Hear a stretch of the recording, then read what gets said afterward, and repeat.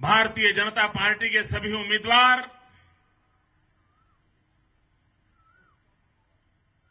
भाइयों और बहनों, आत्मीय सहोदर सहोदरी, इष्टु बहुसंख्य जना बिस्लेली ಬಂದಿದ್ದು ತಮಗೆ ಅಭಿನಂದನ್.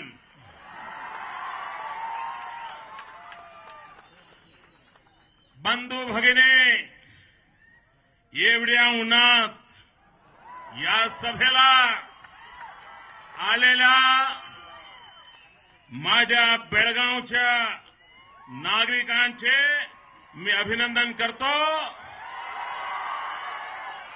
सर्वांना माझा नमस्कार.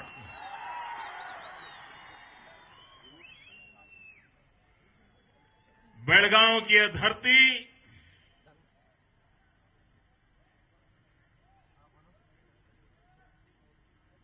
समाज सुधाकर, एक सोशल रिफॉर्मर के रूप में शताब्दियों तक हमारा मार्गदर्शन किया है. ऐसे बसवन्ना जी की एक पवित्र धरती है. ये धरती रानी चिन्नम्मा जी की धरती है. ये धरती संगोली रायणा जी की धरती है. इस पवित्र धरती को मैं प्रणाम करता हूं, नमन करता हूं और सभी भाग्यशाली भाइयों बहनों का मैं अभिनंदन करता हूं.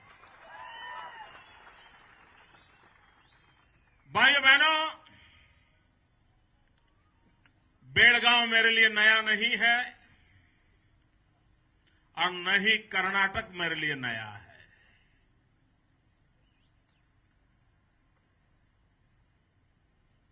91-92 में मैं कन्याकुमारी से कश्मीर आतंकवादियों के ललकार करने के लिए डॉक्टर मुरली मनोहर जोशी जी के नेतृत्व में जब तिरंगा झंडा लेकर के चला था, कर्नाटक में कई दिनों तक मैंने भ्रमण किया था और जहां रात को 8 बजे पहुंचना चाहिए वहां रात को 2 बजे पहुंचता था. मेरा सारा हिसाब गड़बड़ा गया था उस समय और कारण यह था, यहां पर उस समय जो रोड की हालत थी, रास्तों की दशा थी, 20-25 से अधिक स्पीड से हमारी यात्रा हम नहीं चला पाते थे. और आज मैं भारतीय जनता पार्टी की सरकार को अभिनंदन देता हूं कि पूरे कर्नाटक में रोड इंफ्रास्ट्रक्चर को लेकर के जो उत्तम काम यहां की सरकार ने किया है, इसके लिए मैं जगदीश जी के नेतृत्व को, उनकी सरकार को लाख लाख अभिनंदन देता हूं. भाइयों बहनों, मैं कुछ समय पहले जब बेळगाव आया था पिछले चुनाव में, यहां पत्रकार मित्र बैठे होंगे, उस समय मैंने बड़ी चिंता जताई थी. यहां जो भी लोग मुझे मिलते थे पानी के संकट की चर्चा करते थे. यहां कुछ तहसील तो ऐसे थे कि जहां एक तहसील को 4-4 हजार टैंकर पानी पहुंचाने के लिए उपयोग लाने पड़ते थे. भाइयों बहनों, भारतीय जनता पार्टी की सरकार ने बड़े वैज्ञानिक ढंग से यहां की पानी की समस्या को सुलझाने का प्रयास किया और आज उसका परिणाम है कि गांवों तक पानी भी पहुंचाया है और किसानों को ड्रिप इरिगेशन के विषय में समझा करके ड्रिप इरिगेशन में जोड़ने के कारण पानी बचाने के काम में भी यहां के किसानों ने बहुत बड़ी मदद की है और उसके कारण यहां की पूरी तस्वीर बदल रही है। एक पुरानी मान्यता थी कि शुगर केन की जहां खेती होती है वहां माइक्रो इरिगेशन नहीं चलता है। भाइयों बहनों, गुजरात ने सिद्ध कर दिया कि माइक्रो इरिगेशन के माध्यम से भी शुगर केन की अच्छी खेती हो सकती है, अच्छी क्वालिटी की खेती हो सकती है। और आज मुझे खुशी है कि बेलगांव के इस पूरे बेल्ट में शुगर केन से जुड़े हुए हमारे किसानों ने माइक्रो इरिगेशन के इस प्रयास को स्वीकार किया है। इसके लिए मैं अभिनंदन करना चाहता हूं। भाइयों बहनों, कुछ दिन पहले प्रधानमंत्री डॉक्टर मनमोहन सिंह जी कर्नाटक आए थे। आप लोग कम से कम भाग्यशाली हैं क्योंकि वो आकर के बोले तो थे। दिल्ली में बेचारे कुछ नहीं बोल पाते, बड़ा मुश्किल होता है उनके लिए दिल्ली में बोलना। ये तो दिल्ली से बाहर निकले तब जाकर के मुंह खोल पाए। क्या हालत करके रखी है प्रधानमंत्री की इन लोगों ने। ऐसी घेराबंदी की है, ऐसा कब्जा जमा करके बैठे हैं कि प्रधानमंत्री दिल्ली में पूरी तरह मौन होते हैं। और उस अर्थ में अच्छी बात थी कि कम से कम कर्नाटक आकर के बोले तो सही। अब बोलना तो उनको वही पड़ेगा जो लुक करके दिया जाता है। उसी बात के आधार पर उनको चलना पड़ेगा। प्रधानमंत्री जी, आपने यहां आकर के किस मुंह से बिजली के मुद्दे की चर्चा उठाई, मैं जरा पूछना चाहता हूं। आज पूरा देश बिजली के संकट से गुजर रहा है। किसका कारण है? किसका पाप है ये आपकी सरकारों का पाप है, जिसने कभी अंदाज नहीं लगाया कि आने वाले दिनों में देश में बिजली की खपत कितनी होने वाली है, किसानों को बिजली देने की जरूरत कितनी होने वाली है। इस पर आपने ध्यान नहीं दिया।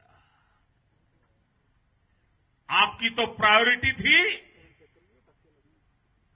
बड़े बड़े एयरपोर्ट बनाओ, हवाई जहाज उड़ाओ, बड़ी बड़ी हस्तियों की सेवा करो। आपकी सरकार की यही प्रायोरिटी थी और इसलिए बिजली के कारखाने लगाने में आपने कोताही बरती। इतना ही नहीं, देश को अंधेरे में डुबाने का पाप किसके समय हुआ?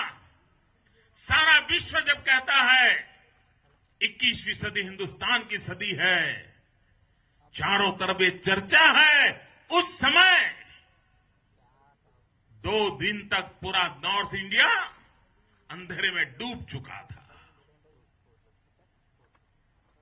अस्पताल में ऑपरेशन अटक गए थे।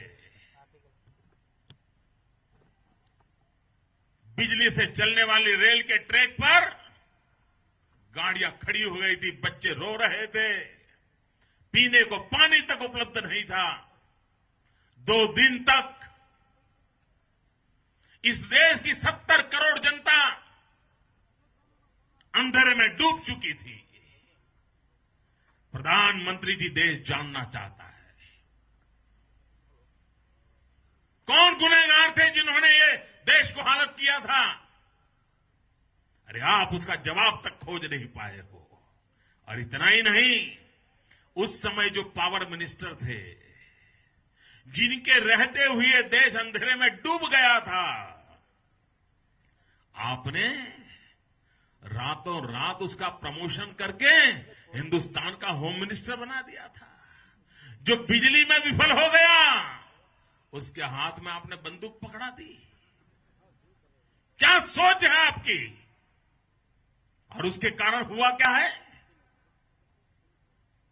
सुरक्षा के क्षेत्र में भी अनेक नए संकट खड़े हुए हैं। इतना ही नहीं, प्रधानमंत्री जी, कांग्रेस के जो नेता यहां आकर के भाषण किया है, और वो मेहरबान मिस्टर गोल्डन स्पून ये आकर के कह रहे हैं यहां तो भ्रष्टाचार ही भ्रष्टाचार है। तो क्या आपके यहां भ्रष्टाचार ये शिष्टाचार है क्या?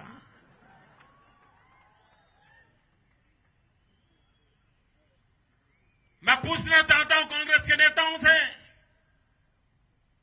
जब इस देश के लोग काला धन हिंदुस्तान वापस लाने के लिए मांग करते हैं, तो दिल्ली में बैठी हुई सरकार को उसका विरोध करने का कारण क्या है?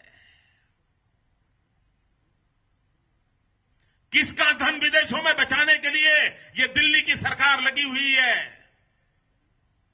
क्या कारण है कि आप काला धन हिंदुस्तान में वापस लाने का निर्णय तक करने को तैयार नहीं है? क्या कारण है?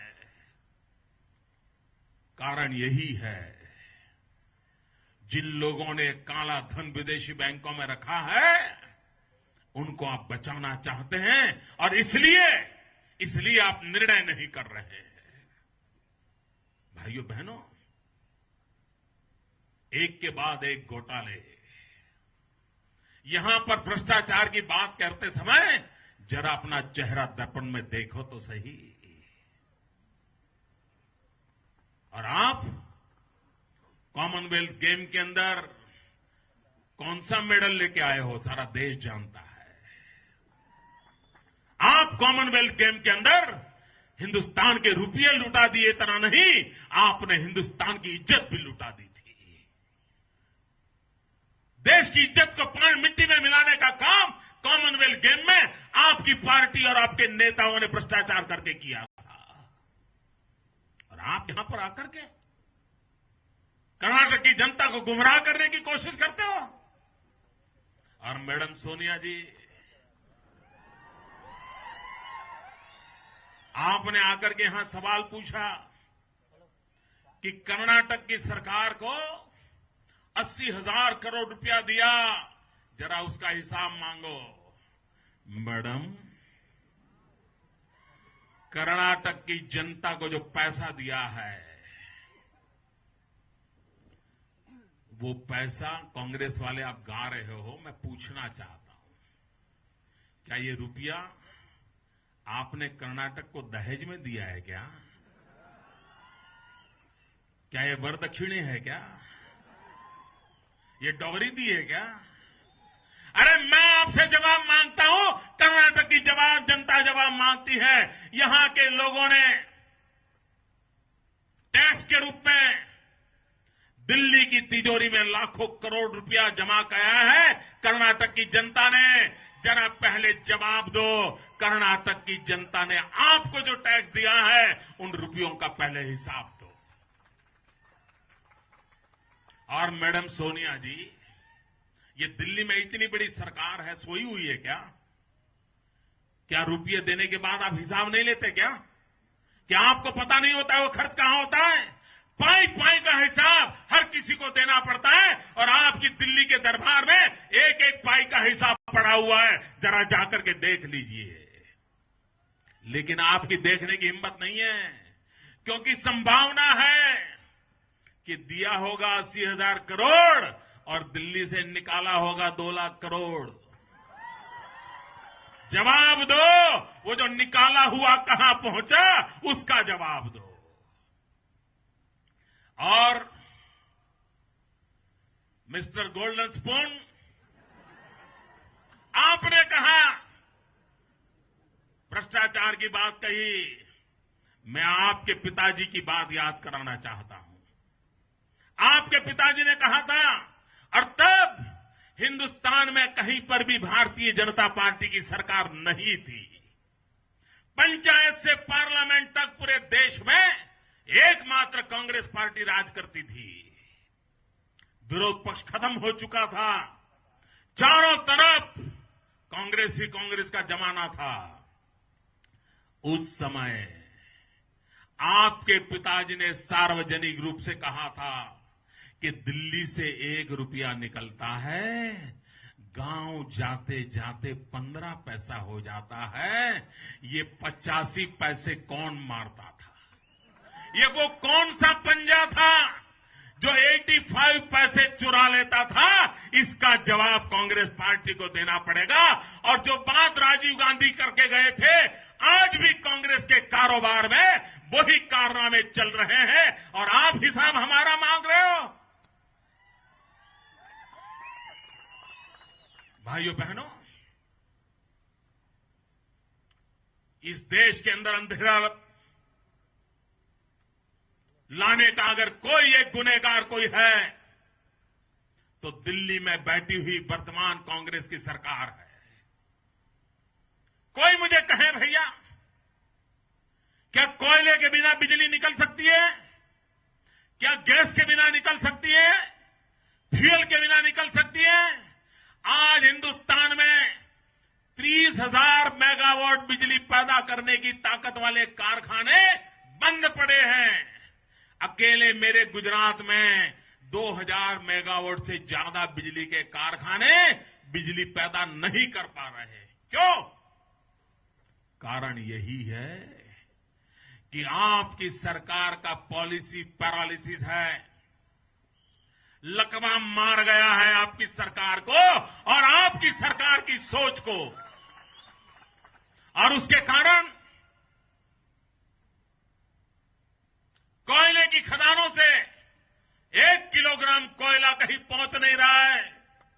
अगर कोयला नहीं पहुंचाएगा तो बिजली के कारखाने कहां चलेंगे? और बिजली के कारखाने नहीं चलेंगे तो कारखानों, उद्योगों में, खेती में, घर में, बच्चों की पढ़ाई में बिजली कहां से पहुंचेगी? ये मैं पूछना चाहता हूं। आज जो देश में बिजली का संकट है, उसका मूल कारण आपकी फ्यूल पॉलिसी नहीं है, आपकी कोई नीति नहीं है, और उसी के कारण देश अंधेरे में डूबा है। और मैं प्रधानमंत्री जी आपसे पूछना चाहता हूं, आप जरा देश की जनता को जवाब दो।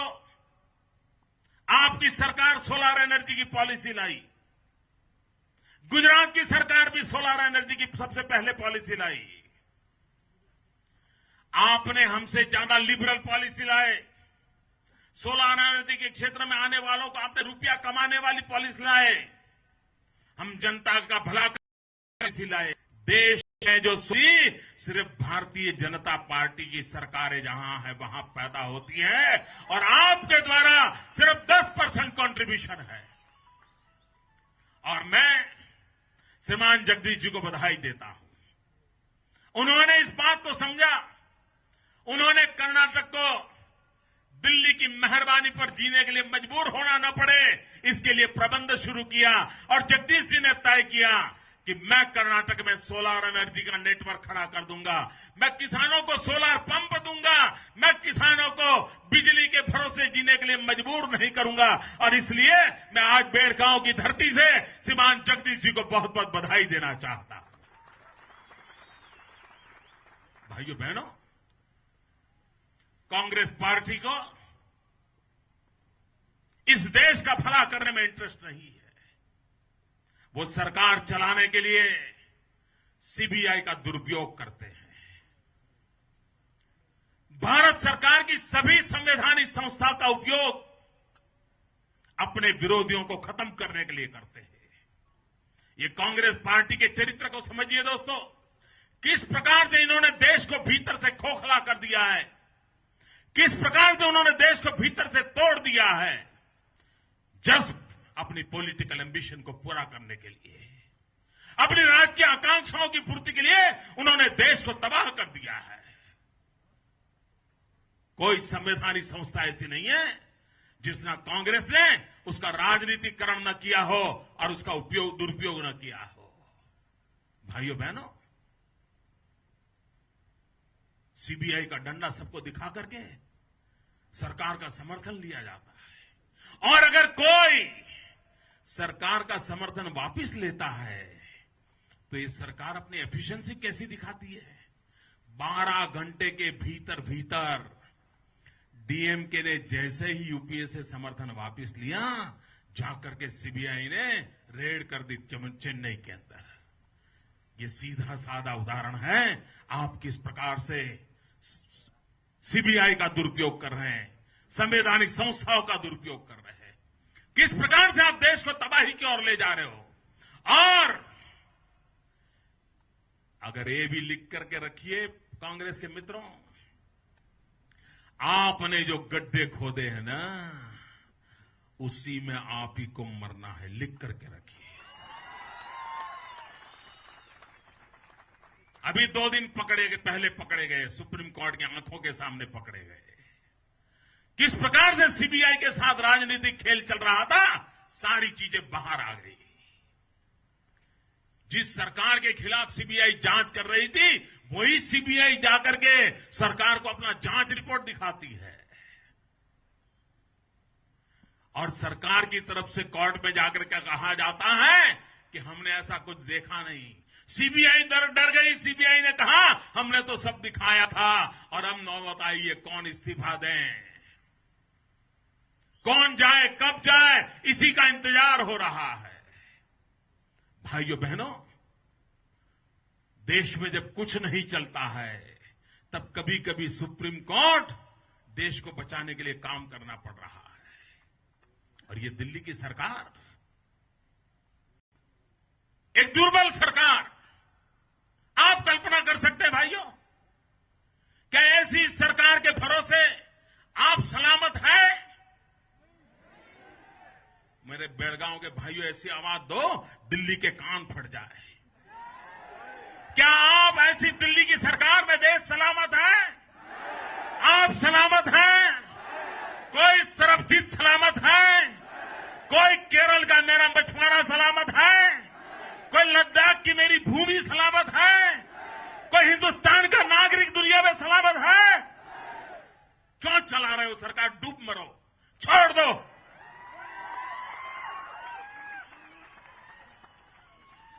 एक सरबजीत को नहीं बचा पाते। भाइयों बहनों, गंभीर सवाल है।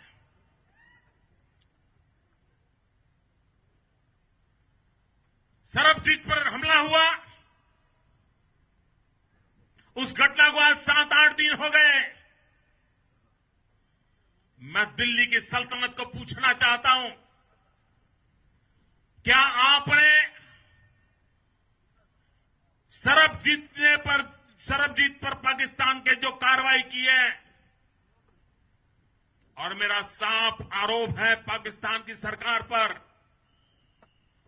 पाकिस्तान के हुक्मरानों पर मेरा आरोप है कि आपने जो किया है वो पूरी तरह एक्स्ट्रा जुडिशियल किलिंग का मामला है। आपने हत्या की है। इतना ही नहीं, मेरा भारत सरकार पर भी गंभीर आरोप है। एक बार पता चला कि सरबजीत की जिंदगी खतरे में है, पहला काम यह होना चाहिए था कि पूरे विश्व भर में सभी देश के मानवतावादी शक्तियों को भारत सरकार के प्रतिनिधि ने मिलना चाहिए था। पूरे विश्व में एक जनमत खड़ा करना चाहिए था। पाकिस्तान पर दबाव पैदा करने का अवसर आया था। पाकिस्तान हत्यारा है, ये दुनिया के सामने हम प्रदर्शित कर सकते थे। आप सिर्फ सरबजीत के परिवार को पाकिस्तान पहुंचाने के बाद अपना काम पूरा हो गया, इसी एक ख्यालों में देश चला रहे हो। मैं प्रधानमंत्री जी पूछना चाहता हूं, क्या कारण है? आपकी कांग्रेस पार्टी कैसी है? मैं तो हैरान हूं। मुझे केरल गवर्नमेंट के एक मंत्री सिर्फ मुझे मिलने आए थे 1 महीने पहले। अब वो गुजरात में स्किल डेवलपमेंट का काम हो रहा था, उसका अध्ययन करने आए थे। अब उस बेचारे की गलती ये हुई कि वो मुझे नमस्ते करने आ गए। एक राज्य का मंत्री हिंदुस्तान के दूसरे राज्य को मुख्यमंत्री को मिलने गया, नमस्ते नमस्ते हुई। आपको हैरानी होगी, कांग्रेस के मुख्यमंत्री ने उस मंत्री का जवाब मांगा। कहा मोदी को मिलने गए थे, स्किल डेवलपमेंट सीखने गए थे, गुजरात का अध्ययन करने गए थे, आपको जवाब देना पड़ेगा। और वही कांग्रेस, उनका कोई मंत्री मोदी से मिले तो उसको तो जवाब तलब कर रही है, लेकिन वही कांग्रेस सरकार पाकिस्तान, जिसने हमारे 2 जवानों के सर काट दिए, हिंदुस्तान के 2 सिपाहियों को मार दिया, सर काट के उठा के ले गए, और उसके 1 हफ्ते के बाद पाकिस्तान के प्रधानमंत्री को जयपुर के अंदर चिकन बिरयानी का भोजन दिया जाता है।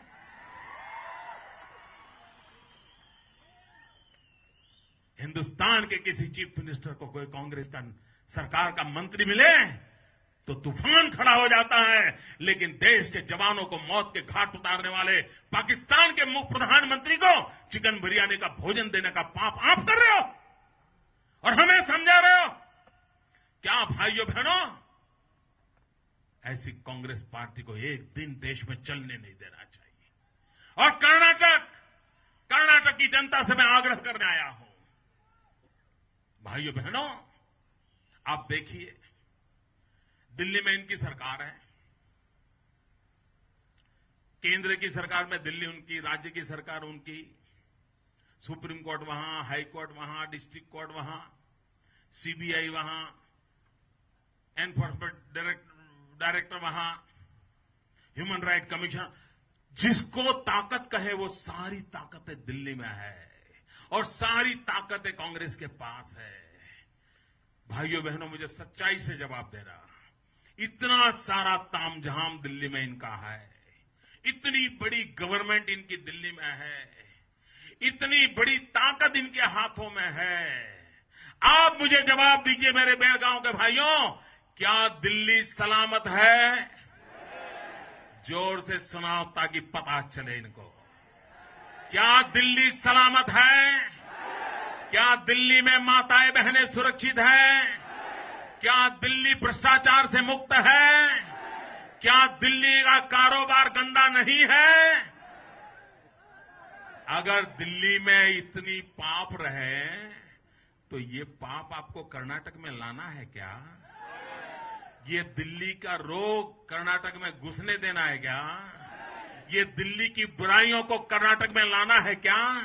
ये दिल्ली ने हिंदुस्तान की माता बहनों को के गर्व को लूट लिया है, उस दिल्ली को कर्नाटक में लाने देना है क्या? भाइयों बहनों, अगर कांग्रेस के लाओगे तो वही हाल होगा जो आज दिल्ली का और देश का उन्होंने करके रखा हुआ है। भाइयों बहनों, कोई भी व्यक्ति कितनी ही राजी नाराजी क्यों न हो, कितना ही गुस्सा क्यों न हो, कितना ही परिवार में मतमुटाव क्यों न हो, घर के मुखिया के साथ कुछ अनबनी हो गई हो, लेकिन क्या कभी बच्चा, कभी कोई भाई, कभी परिवार की कोई बहन, परिवार की कोई मां, चूंकि घर में किसी से नाराजी है तो कोई घर को आग लगाता है? जरा बताओ ना, लगाता है आग? आग लगा देता है? आग लगा करके कोई नाराजी प्रकट करता है? बर्बादी करके कोई नाराजी प्रकट करता है? मेरे भाइयों बहनों, आप में किसी को भी कहीं राजी नाराजी हो हमारे प्रति, मेहरबानी करके कर्नाटक को बर्बाद मत होने देना। अगर हमसे राजी नाराजी हो तो हम आपको कहते हैं, हम आपकी नाराजी दूर कर करें, हम ईमानदारी से रास्ता खोजेंगे ताकि आपको आनंद हो, आपको सुख हो, आपको समृद्धि मिले। भाइयों बहनों, हमारे में हिम्मत है जनता जनार्दन के बीच जाकर के नम्रतापूर्वक सर झुका करके लोगों को कहने का संस्कार हमारे में है कि हमसे कुछ भी गलती हुई हो, हम उसको ठीक करने के लिए तैयार है। कोई कांग्रेस का नेता इतना भी बोलने के लिए तैयार है भाई? एक भी नेता ने अपनी गलतियां स्वीकार की है? इतना देश को तबाह किया उन्होंने स्वीकार किया है?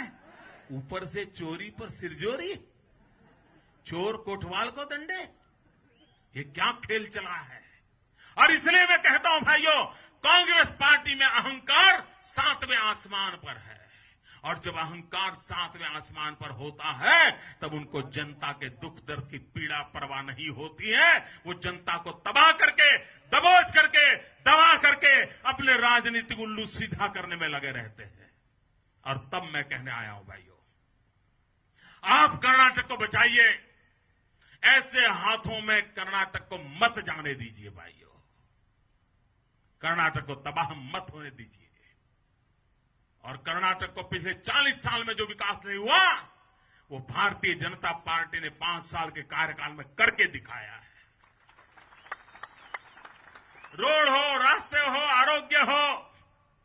और भाइयों बहनों, भारतीय जनता पार्टी की सरकार ने बेलगांव का तो बहुत सम्मान किया है, इसको भूलना मत। कांग्रेस के शासन में राज्य का केंद्र सिर्फ बेंगलोर हुआ करता था। ये जगदीश जी का शासन है कि उन्होंने बेलगांव को भी उसी दर्जा दिया और पूरी असेंबली बेलगांव में आकर के बैठे। बेलगांव को एक प्रतिष्ठा मिली है, हिंदुस्तान के नक्शे पर बेलगांव का एक स्थान बन गया है। भाइयों बहनों, इतना सारा करने के बाद कांग्रेस की तरफ देखने का पाप कर्नाटक की जनता नहीं करेगी, ये विश्वास मेरा कर्नाटक की जनता में है। देश का नौजवान रोजगार के लिए तरस रहा है।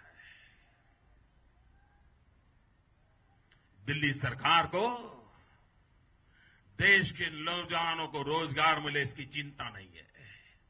इतना ही नहीं, कोई अगर हिंदुस्तान में कारखाना लगाना चाहता है, उद्योग धंधा लगाना चाहता है, पूंजी निवेश करना चाहता है, और उसके कारण अगर रोजगार मिलने वाले हैं, तो आपको जानकर के हैरानी होगी, जब गुजरात के अंदर गुजरात तेज गति से प्रगति करने लगा, ये दिल्ली में बैठी हुई सरकार, कांग्रेस की सरकार भाजपा सरकारों को दुश्मन की तरह ट्रीट करती है, दुश्मन की तरह।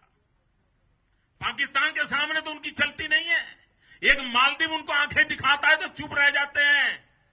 हमारे मछुआरों को इटली आकर के मार जाए, दिल्ली सरकार कुछ नहीं कर पाती है। लद्दाख के अंदर चीन आकर के अपना अड़ंगा जमा लें, और ये बयान पर बयान देते हैं, कुछ कर नहीं पा रहे हैं। लेकिन कहीं भाजपा की सरकार है तो दिन रात उस पर टूट पड़ते हैं। मुझे याद है, हमने vibrant Gujarat global investor summit किया, दुनिया भर के लोगों को बोला, आइए उद्योग धंधा लगाइए, हमें हमारे नौजवानों को रोजगार देना है। तो दिल्ली सरकार ने क्या किया, जो लोग हमारे आए उन सबको इनकम टैक्स का नोटिस भेजा। कोई अपने देश में ऐसा करता है भाई? अपने देश को बर्बाद करने का पाप कोई करता है? ये पाप ये लोग करते हैं मित्रों। ये इतना राजनीतिक असहिष्णुता लेकर के चलने वाले लोग हैं। पॉलिटिकल अनटचेबिलिटी ये कांग्रेस का स्वभाव हो गया है। और इसलिए मैं कहता हूं भाइयों बहनों, भारतीय जनता पार्टी ने कांग्रेस के शासन में जो गड्ढे हुए थे, उन गड्ढों को पूरने के लिए भरपूर मेहनत की है। 5 साल हमारी सरकार ने कर्नाटक में कांग्रेस के पापों को धोने में खपाए हैं। 5 साल हमारी सरकार ने कर्नाटक में कांग्रेस की बुराइयों से मुक्ति दिलाने में मेहनत की है। अब कुछ सफाई हुई है। अब हमें अच्छा समृद्ध सुखी कर्नाटक बनाने की दिशा में आगे बढ़ना है, और इसलिए मुझे आपका साथ चाहिए, इसलिए हमें आप लोगों की मदद चाहिए, और इसलिए मैं आज बेलगांव में आया हूं, आप सब भाइयों बहनों से भारतीय जनता पार्टी को विजय दिलाने के लिए अपील करने के लिए आया हूं। भाइयों बहनों, नौजवानों को अपना भविष्य तय करना होगा। अगर आप अपना भविष्य बचाना चाहते हो तो इस देश को कांग्रेस से मुक्त करने का शपथ ले लीजिए दोस्तों। आप लिख के रखिए मित्रों, जब तक कांग्रेस इस देश में है यह देश कभी एक नहीं हो सकता। जब तक कांग्रेस इस देश में है यह देश कभी श्रेष्ठ नहीं हो सकता। अगर देश को एक बनाना है तो कांग्रेस से मुक्ति चाहिए। अगर देश को श्रेष्ठ बनाना है तो कांग्रेस से मुक्ति चाहिए। भारत का भाग्य तभी बदलेगा जब ये कांग्रेस रूपी राहु केतु से हम मुक्ति मिलेगी, तब जाकर के मित्रों हो। और इस चुनाव में अवसर है ये कांग्रेस रूपी ग्रहण से कर्नाटक को बचाने का। 5 तारीख को कमल के निशान पर बटन दबा करके कर्नाटक में जो ग्रहों के बादल छाए हैं, उन ग्रहों के बादल छाए हैं उनको मुक्ति दिला करके फिर एक बार कमल को लेकर के कर्नाटक चल पड़े। और भाइयों बहनों, जहां कमल होता है ना, वहीं पर लक्ष्मी का वास होता है।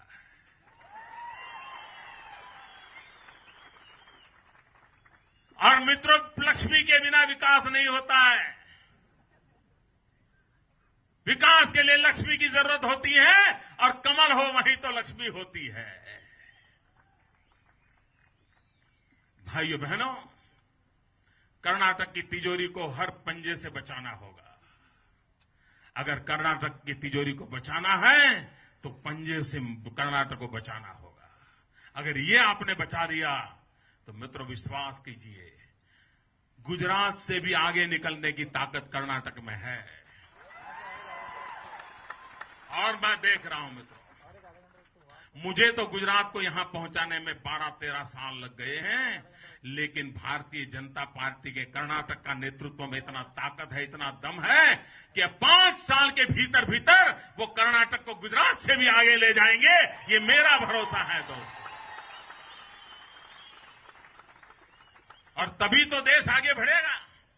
विकास की स्पर्धा होनी चाहिए, तभी तो देश आगे बढ़ेगा। और मैडम सोनिया जी, आप बेलगांव आई थी, बड़ी भांति भांति के भाषण आपने झाड़ दिए। भाइयों बहनों, आप मुझे बताइए, महंगाई ये मुद्दा है कि नहीं है? जरा जोर से बोलिए माताएं बहनें भाइयों, बोलो, महंगाई ये मुद्दा है क्या? अगर महंगाई ये मुद्दा है तो मैडम सोनिया जी ने महंगाई पर कुछ बोलना चाहिए क्या था? नहीं बोलना चाहिए था? वो एक शब्द महंगाई के लिए बोली क्या? क्यों? अरे मैडम सोनिया जी, आपने देश को वादा किया था, अगर दिल्ली में आपकी सरकार बनेगी तो आप 100 दिन के अंदर महंगाई दूर करोगे। देश आपसे जवाब मांग रहा है, देश आपसे हिसाब मांग रहा है। अरे हमें कोई तुम्हें आरटीआई में टाइम खराब करने की जरूरत नहीं है। एक खुली किताब जैसा हालत है कि आपने महंगाई बढ़ाई है, आपने महंगाई कम नहीं की है। आज हिंदुस्तान आपसे जवाब मांग रहा है कि महंगाई का क्या करोगे? जवाब नहीं है इनके पास। भाइयों बहनों, आप जरा जोर से मुझे जवाब दीजिए, क्या मैडम सोनिया जी ने गरीब के घर में चूल्हा नहीं जल रहा है, इसकी पीड़ा व्यक्त करनी चाहिए थी कि नहीं चाहिए थी? क्या मैडम सोनिया जी ने महंगाई नहीं कंट्रोल कर पाए, इसके लिए माफी मांगनी चाहिए थी कि नहीं? गरीब दुखी है, इसके लिए उन्होंने लोगों के सामने सर झुकाना चाहिए था कि नहीं? कुछ नहीं। अरे मैडम सोनिया जी, आप तो एक मां है, मां। अरे गरीब के घर में चूल्हा नहीं जलता है, बेटा रात रात रोता है, मां आंसू बहाती है, लेकिन आपकी आंख में से आंसू टपकता नहीं है। मैडम सोनिया जी, कम से कम 2 शब्द तो बोल देती बेलगांव में आकर के कि महंगाई कम नहीं कर पाए, इसकी हमें पीड़ा है, लेकिन हम कोशिश करेंगे। लेकिन आपका अहंकार इतना है, कांग्रेस का अहंकार इतना है कि लोगों की पीड़ा के साथ वो खिलवाड़ करते समय भी संकोच नहीं करते हैं। और इसलिए भाइयों बहनों मैं कहने आया हूं, यह अहंकार सातवां आसमान पर जिनका पहुंचा है, इस कांग्रेस से मुक्ति पाइए। मित्रों, गुजरात आज प्रगति की राह पर सारे देश ने दुनिया में चर्चा है। लोगों को लगता है कि मोदी ने सब किया है, कोई कहता है भाजपा की सरकार ने किया है। भाइयों बहनों, सबसे बड़ा काम जो किया है ना, वो गुजरात की जनता ने किया है। आज देश में गुजरात की वाहवाही हो रही है, प्रगति की नई ऊंचाइयों को गुजरात छू रहा है। उसका यश गुजरात के 6 करोड़ भाइयों बहनों को जाता है। क्यों? उन्होंने एक सबसे बड़ा काम किया। सबसे बड़ा काम यह किया कि पिछले 20 साल से गुजरात से कांग्रेस की छुट्टी कर दी। आज गुजरात को वहां की जनता ने कांग्रेस से मुक्त कर दिया है। और जैसा ही कांग्रेस से गुजरात मुक्त हुआ, विकास के राह पर चल पड़ा। दोस्तों, आपको भी विकास के रास्ते पर चलना है। नौजवानों को रोजगार दिलाना है, माताओं बहनों को सुरक्षा देनी है, प्रगति की नई आयाम को सर करना है, तो उसकी पहली शर्त है कांग्रेस से कर्नाटक को मुक्त कर दो, कांग्रेस से कर्नाटक को बचाओ और कमल को लेकर के चल पड़ो। फिर एक बार मैं बेलगांव की जनता का बहुत बहुत आभार व्यक्त करता हूं। इतने कड़े धूप में दूर दूर इतनी संख्या में लोग खड़े हैं। मैं बेलगांव के भाइयों बहनों विशेष रूप से आज आपको सलाम करता हूं, आपके इस प्रेम के लिए सलाम करता हूं, भारतीय जनता पार्टी के प्रति आपके लगाव के लिए सलाम करता हूं, आपका अभिनंदन करता हूं, वंदन करता हूं। दोनों मुट्ठी बंद करके मेरे साथ बोलिए, भारत माता की। ऐसे नहीं बोलते दोस्तों, भारत माता की। शाबाश, भारत माता की, भारत माता की।